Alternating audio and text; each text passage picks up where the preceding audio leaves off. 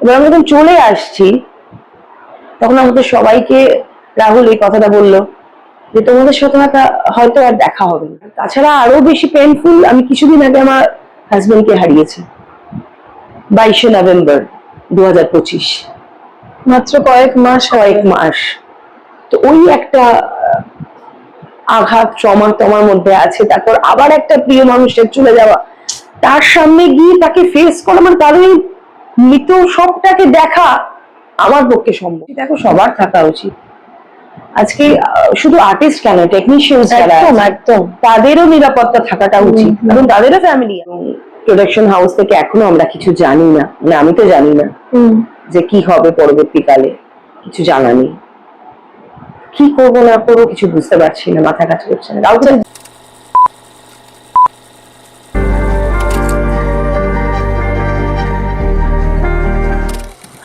রাহুল অরুণোদয় ব্যানার্জি, একটা কথা যেটা বলতেই হয় যে রাহুলদার মৃত্যুর শোক সকলের আছে, কিন্তু তার মাঝেও নানান প্রশ্ন উঠছে তার মৃত্যুকে কেন্দ্র করে।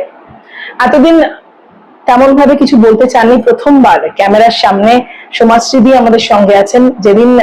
সেদিন সেই স্পটে তিনি ছিলেন, যদিও সিনটার সময় ছিলেন না, কিন্তু দুর্ঘটনাটা ঘটার কিছুক্ষণ আগেও সময় কাটিয়ে এসেছেন রাহুলদার সঙ্গে। 2 ঘন্টা আগে। সমাজসেবী, তোমার কাছে বোধহয় এটা একটা দুঃস্বপ্নই, মানে এবারে কিছু জানি না আমি কি বলবো, আমার বলার কোনো ভাষা নেই। মানে যে মানুষটার সাথে 2 ঘন্টা আগে কাটিয়ে এসেছি, সেই মানুষটা শুনছি নেই। দেখো, রাহুলের সাথে আমার প্রথম কাজ, এটা আমি কোনোদিন ওর সাথে আগে কাজ করিনি। ওর সাথে আমার সেভাবে আগে কোনোদিন পরিচয় ছিল না। কাজ করার সূত্রে যেটুকুনি কথা বলা, ভীষণই ভালো মানুষ, অভিনেতা তো অত বেরিয়ে সেটা বলার মতো কিছু নেই। আর সব থেকে বড়, আমাদের এত ভালো একটা বন্ডিং হয়ে গেছিল। স্পেশালি ও যেদিন চলে গেল সেদিন যেন একটু বেশি, কারণ আমরা এমন জায়গায় শুটিং করছিলাম, মানে সমুদ্রের পাড়ে, ঢালু থাকে সবাই জানো। তো চেয়ারটা এমন ভাবে ছিল, আমি বারবারই মানে ডিসব্যালেন্স হয়ে যাচ্ছিলাম, বসতে পারছিলাম।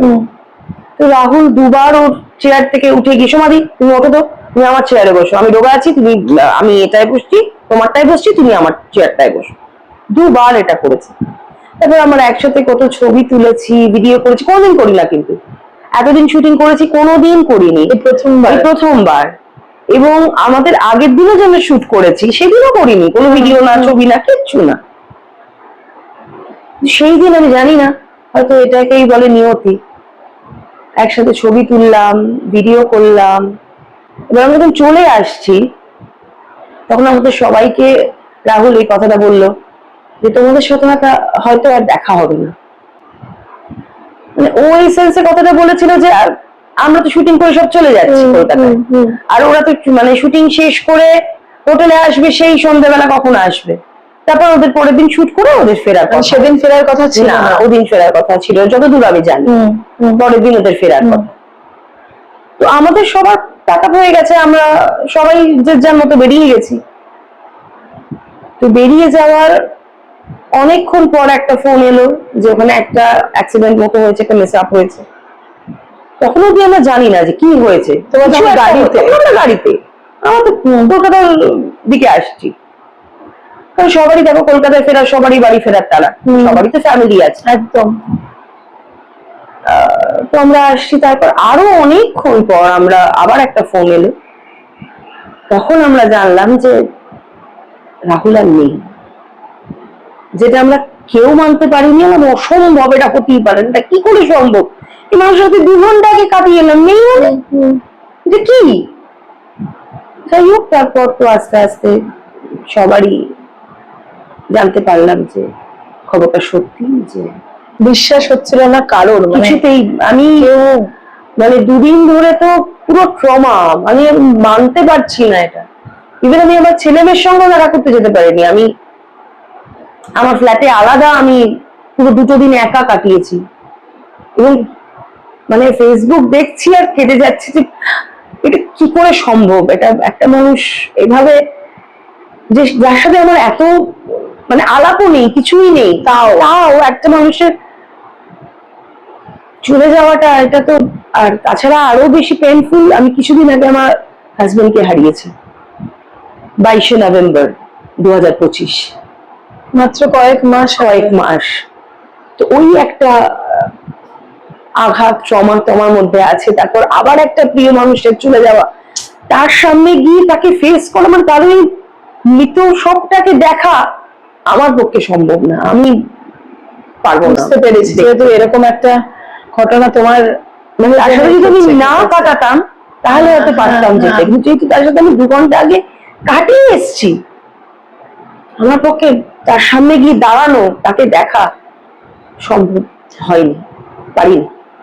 সমাজসেবী, তুমি নিজেই বললে, এইটাই জিজ্ঞাসা পরেই হয়তো করতাম, তুমি যেহেতু বললে যে অনেকেই জিজ্ঞাসা করছেন যে কেন তার সেই সময় যারা মানে ছিলেন, মানে এই ধারাবাহিকে কেউ এলেন না, তোমার কারণটা জানতে পারলাম।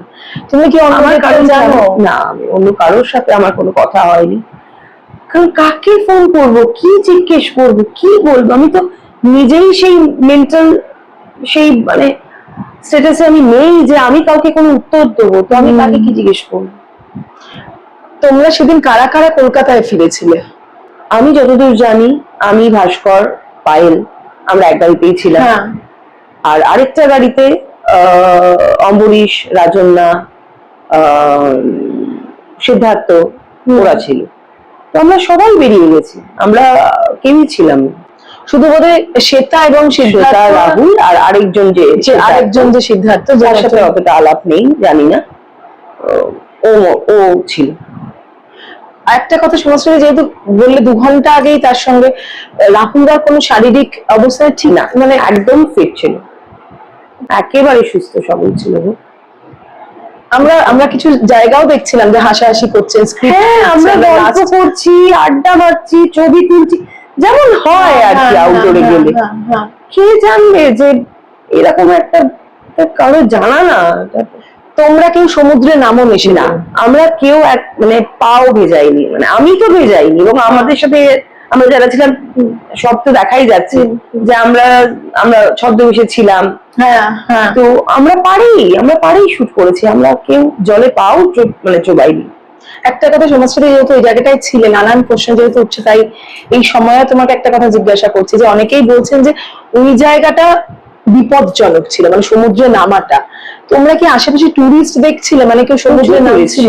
না, টুরিস্ট দেখো, আমরা তো ওরকম নামতে কাউকে দেখিনি।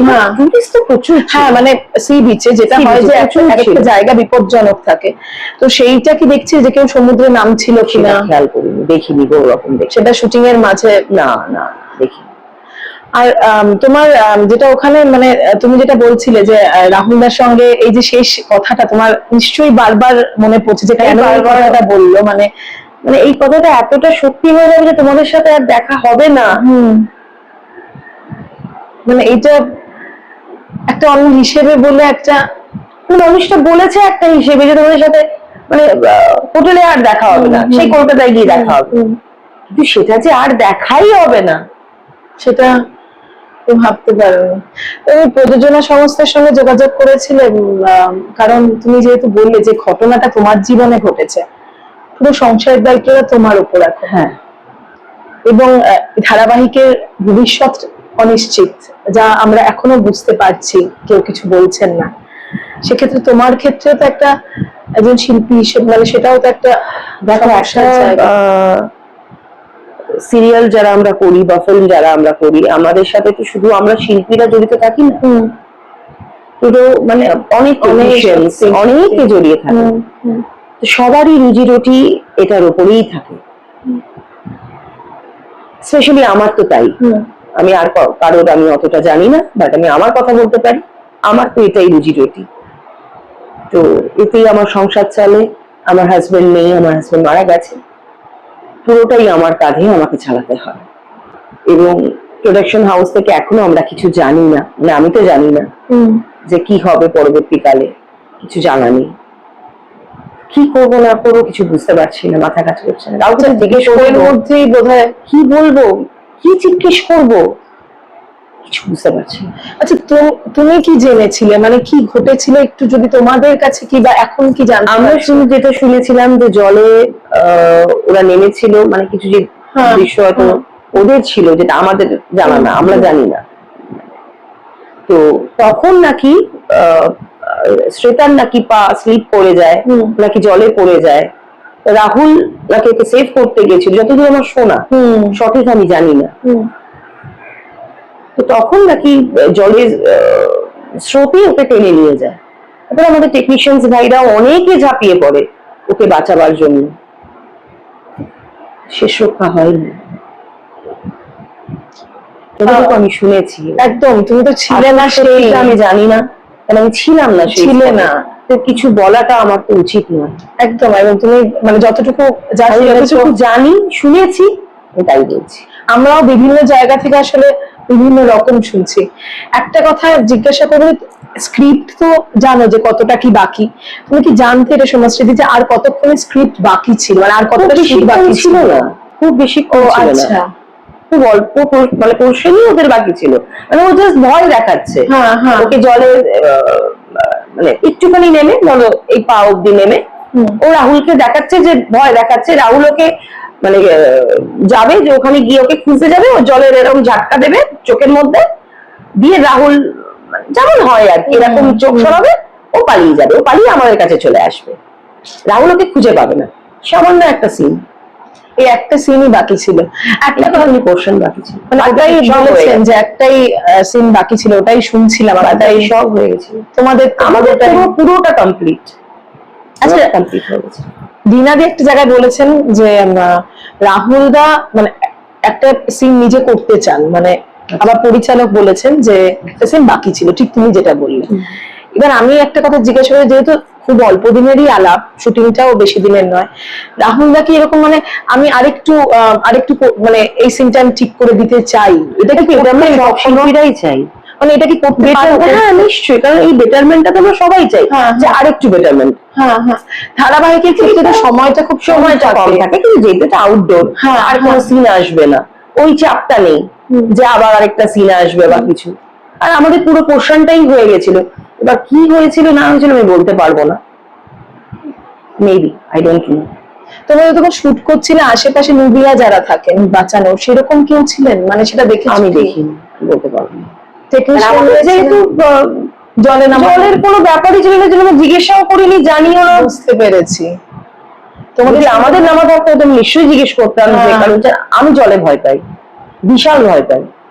মানে আমি হয়তো আমি নামতামই না, না ভাই আমি পারবো না, আমার পক্ষে সম্ভব না।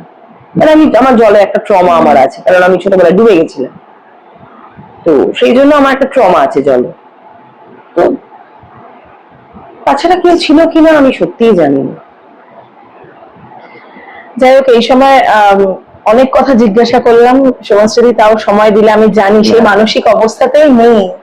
আমি কাউকেই মানে আমি ইন্টারভিউ ফোনে দিয়েছি, কিন্তু সামনে আমি কাউকেই দিইনি, কারণ কি বলবো, একই তো কথা। আর নিজের সেই মানসিক অবস্থাটা নিলাম, যত বলছি সেটাই তত মনে পড়ছে, তত সব ভেসে আসছে। আর নিজে কিছুদিন আগে এর মধ্যে দিয়ে গেছি, তো সেজন্য আরো বেশি আমার কাছে ট্রমা। দেখো আমার দুটো ছেলে, আমার এক ছেলে এক মেয়ে, তারা অনেক ছোট, তাদেরকেও তো আমাকে দেখতে হবে। তাদের মানে আমার যদি কিছু হয়ে যায়, তাদের দেখা কিন্তু কেউ নেই। পুরো তোমার দায়িত্ব, আমার ভালো থাকতেই, আমাকে ভালো থাকতেই হবে, ইচ্ছে না থাকলেও আমাকে ভালো থাকতে হবে। কারণ আমার তাদের দুজনের দায়িত্ব আছে, তাদেরকে তো আমি ডিপ্রাইভ করতে পারি না। এরকম ঘটনা কয়েক মাসের মধ্যে সমাজসেবী নিজেকে অনেকটা শক্ত রাখতে হচ্ছে তোমার, মানে এতটা একটা পার্সোনাল লস, মানে খুব কাছের মানুষকে হারানো, তারপর এমন তারপরে মানে আমি সে তো হারিয়েছি, তারপর আমার ছেলে তার নিজের চেষ্টায় সে চাকরি ছেড়ে দিয়ে সে একটা ছোট ক্যাফে মতো খুলেছে মৌলালিতে, মানে ক্যালকাটা বয়েজ স্কুল, ঠিক তার অপোজিটেই ল্যাথফোর বলে একটা ক্যাফেও খুলেছে।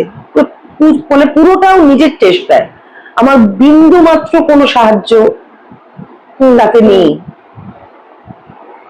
তো সেও লড়ে চেষ্টা করছে যে জীবনে দাঁড়াবার, কিছু করার, কিন্তু আমি মা হয়ে তাকে সেইভাবে কোনো হেল্প এখনো করতে পারিনি। তুমি ভালো করেই জানো আমাদের কাজের তো কোনো ঠিক নেই, আজ আছে কাল নেই। এটা এখনই ধরো না, আমি জানি না কি হবে কি হবে না। তুমি তো অন্য চেষ্টাও করতে পারছো না, না কোথাও। কারণ অফিসিয়ালি এখনো আমাদের কিছু জানানো হয়নি, মানে আমাকে কিছু জানানো হয়নি, আমি আর কারোর কথা জানি না, তুমি কি করে কাউকে বলবো। তুমি জিজ্ঞাসাও করোনি বোধহয়। এখনো কি অব্দি হতে করিনি। চলেছে মানে এখনো অব্দি করিনি। সেই অবস্থাটাই। ঠিক আছে এখনো অব্দি করতে সুমাশ্রী, পারিনি। সবটা তুমি ভালো থাকো, মানে আজকে এসে তোমার এই ঘটনাটা শুনলাম। দেখো, আমি যেটা খুব ভালো করে ফিল করতে পারছি যে একটা স্ত্রীর স্বামী চলে যাওয়া এবং একটা বাবা চলে যাওয়া সন্তানের, সেই সেই তার যে কি যাচ্ছে সেটা আমি খুব ভালো করে মানে বুঝতে পারছি, ফিল করতে পারছি। সেই জন্য তাদের সামনে কি দাঁড়াবার ক্ষমতা আমার নেই, আমার নেই। সমাজসেবী ভালো থেকো, মানে এটুকুই বলবো, সবাইকেই এটা বলা হচ্ছে, মানে আমরা সকলেই চাই প্রিয়াঙ্কা, সহজ, রাহুলদার মা মানে জেঠিমা ভালো থাকুন। এটাই আমরা এটুকুই প্রে করতে পারি দূর থেকে, আর কিছু সত্যি করার নেই। তোমাকেও বলছি, তুমিও এতটা কঠিন পথ পেরিয়ে নিজের মতো করে একটু গোছাচ্ছিলে, আবারও গোছাবে, আবারও সবটা ভালো হবে। আমাদের সবার এত ভালো একটা বন্ডিং হয়ে গেছিল, মানে আমরা সব টানা টানা শট যেতাম, মানে 6 পাতা 7 পাতা, মানে কোনো ব্যাপার না, সবাই তো ভালো আর্টিস্ট। একদম একদম। আর সিন মজার মজার আসছিল, আর এইসব সিন টানা না গেলে হয়ও না, ওই কেটে কেটে হয়ও না। অনেকদিন বাদে খুব মজার একটা ধারাবাহিক এসেছিল, ফ্যামিলির মজার ধারাবাহিক, এভাবে নষ্ট হয়ে যাবে ভাবতে পারিনি, কেউ ভাবতে পারিনি। সমাজসেবী, এই যে এখানে কাজের ক্ষেত্রে নিরাপত্তাটা, মানে কাজের ক্ষেত্রে তোমরা জানোই যে কোনো নিশ্চয়তা নেই, কিন্তু যে জীবন নিয়েও প্রশ্ন উঠলো শিল্পীদের, জীবনের ক্ষেত্রেও নিরাপত্তাহীন, এটা তোমার কতটা মনে হয়, বা এটা নিয়ে তুমি কি বলবে? কারণ এটা নিয়ে সকলেই সরব হচ্ছে। এটা তো সবার সেফটিটা তো সবার থাকা উচিত। আজকে শুধু আর্টিস্ট কেন, টেকনিশিয়ান, একদম একদম, তাদেরও নিরাপত্তা থাকাটা উচিত, এবং তাদেরও ফ্যামিলি আছে, সবার নিরাপত্তা থাকাটা খুব জরুরি, এটাই বলি।